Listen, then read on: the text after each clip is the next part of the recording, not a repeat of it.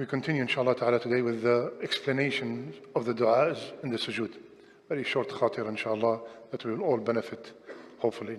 Rasulullah sallallahu alayhi wa sallam used to have a young man who stand by his door at night only in case Rasulullah sallallahu alayhi wa sallam woke up and needed any help. Rabi'a wanted to be there and serve Rasulullah sallallahu alayhi wa sallam. And he was a very young man, they say 11, 12 years old. So one time Rasulullah sallallahu alayhi wa sallam, he came out and he told Rabi'a, or he asked Rabi'a a question that every Muslim dream about. He said, Ya Rabi'a, salni. Ask me, Ya Rabi'a, what do you want? So many narrations, and the answer of Rabi'a was, Ya Rasulullah, I want your company in Jannah. I want to be with you in Jannah. He did not say, I just want Jannah. I want a horse, I want a house, I want a wife. I want your company in Jannah. So what did Rasulullah ﷺ tell him? أعني على نفسك بكثرة السجود. If you want that goal, like we say here in America, help me help you. If you want that goal of being with me in Jannah, help yourself by performing a lot of sujood. So Rasulullah sallallahu alayhi wa sallam named the salat sujood, because there's nothing prescribed in the sunnah, and by the way, we see many people do that. After they finish the salat, he make an extra sajda. Where is this from? After the salat is over, you see some people make an extra sajda and they start making dua in that sajda. This is not prescribed. This is not from the deen. The sujood that Rasulullah is talking about is the sujood in the salat. So Rasulullah named the salat sujood. He's not telling Rabi'a make a lot of sujood. Here he's telling them make a lot of salat. So the sujood, which is our talk tonight, the salat is called sujood.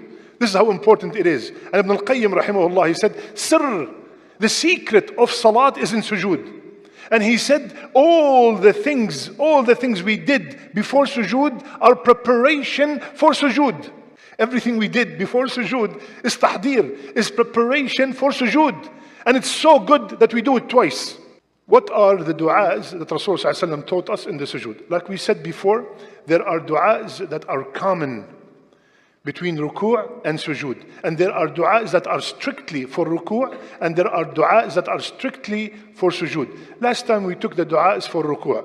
The ones that are common, we said them before. Subhanak Allahumma Rabbana wa bihamdik Allahumma ghfirli. This is in Bukhari. Rasulullah used to say this in ruku' and in sujood. Subbuhun, Quddusun, Rabbul Malaikati wal Ruh. In ruku' in sujood. Subhana Rabbi al-Azim, strictly ruku'. Subhana Rabbi al-A'la, strictly sujood. And we mentioned few that are strictly in ruku', and today we mentioned two only that Rasulullah taught us to say in sujood. Subhanallah. First, before we mention those two du'as, we want to remember, ya akhwan, that the closest me and you are to Allah when we are in sujood. The closest to Allah Azza wa Jal when we are in the state of sujood. So Rasulullah said, when you are in that position, is'al, ask whatever you want.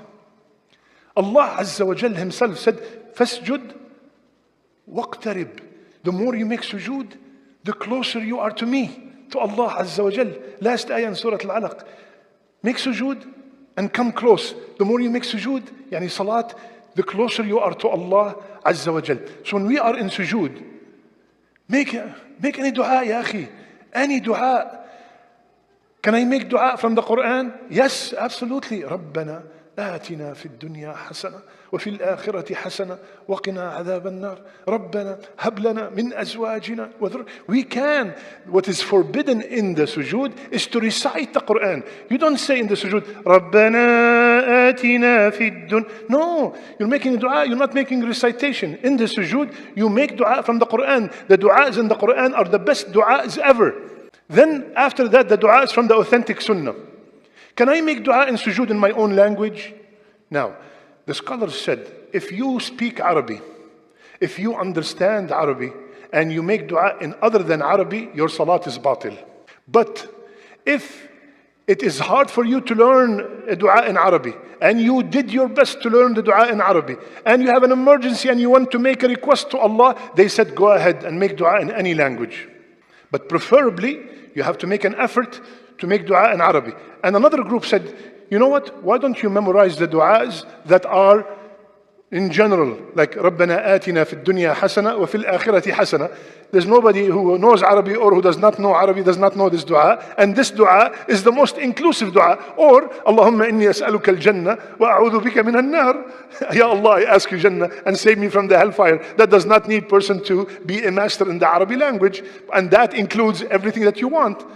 Right? So what are the two du'as we will take today, inshallah ta'ala? Number one, Rasulullah sallallahu alayhi wa sallam said, he used to say in his sujood, Allahumma ghfir li dhanbi kullah, diqqahu wa jillah, awwalahu wa akhirah, alaniyatahu wa sirrah. Ya Allah, forgive all my sins, the small ones and the big ones, the first ones and the last ones, the ones I did in secret and the ones I did in public. Yani, there's no more sins left. All kinds of sins. Ya Allah, forgive them all. That's the first one. Second one, Sahih Muslim.